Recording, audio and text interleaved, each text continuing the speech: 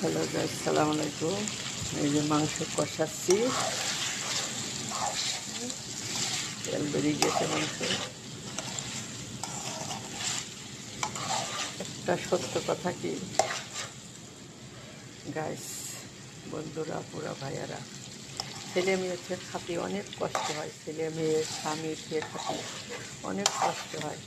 তারপরও আগে আগে 5 বছর কোনো বাজারই করিনি, খাইতাম না।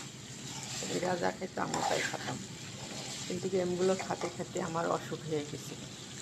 আল্লাহর রহমতে আমি 3 মাস পুরো অসুখ ছিলাম। আল্লাহর রহমত এখন এখন মোটামুটি সুস্থ, আগের মতনই ভালোই, আলহামদুলিল্লাহ। এই জন্যই এখন এই যে বাজার বিক্রি করে খাই। আমার সব আপুকে এমনই থাকে না, আমার মতন ছেলে মেয়েকে খাতে অনেক কষ্ট হয়।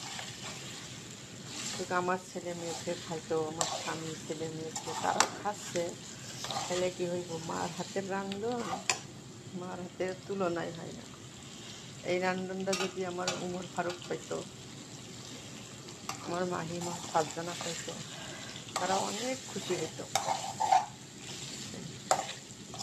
আমার হাতে এমন রান্না হবে, তারা আল্লাহ কাছাই লাগলে খাবে, আমি বসে থাকলে আর খাওয়াবো ইনশাল্লাহ।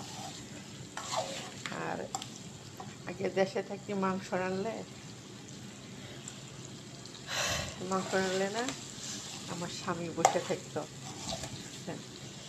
যে কষানো মাংস দিবা। আমিও কী করতাম, যে কষানো মাংস আগে তারে খাইতে দিতাম। সে কষানো আমরা বেশি খাইতো, ঝোলেরটা কম খাইতো। কিন্তু আমার মার আমি দেখে গেছি, আমার মা সারা জীবন মাংস রানলে সারা জীবনই আমার বাপের জন্য আগে থেকে দেয় কষানোটা। আমার বাপ খায় কষানো মাংস, এই জন্য। তা আমরা সেখান থেকে শিখছি, সে মার কাছ থেকে শেখা, যে স্বামী যখন যা কয় তখন তাই শুনতে হইতে হয়। কিন্তু দুর্ভাগ্য ভাই, কপাল কপালের ভাগ্য নিয়ে কোন ক্ষণতা যাবে না।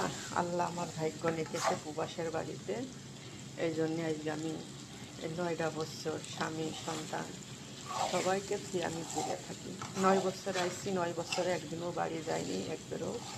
আল্লাহ বাসালে একবার 10 বছর পরে যাবো ইনশাল্লাহ।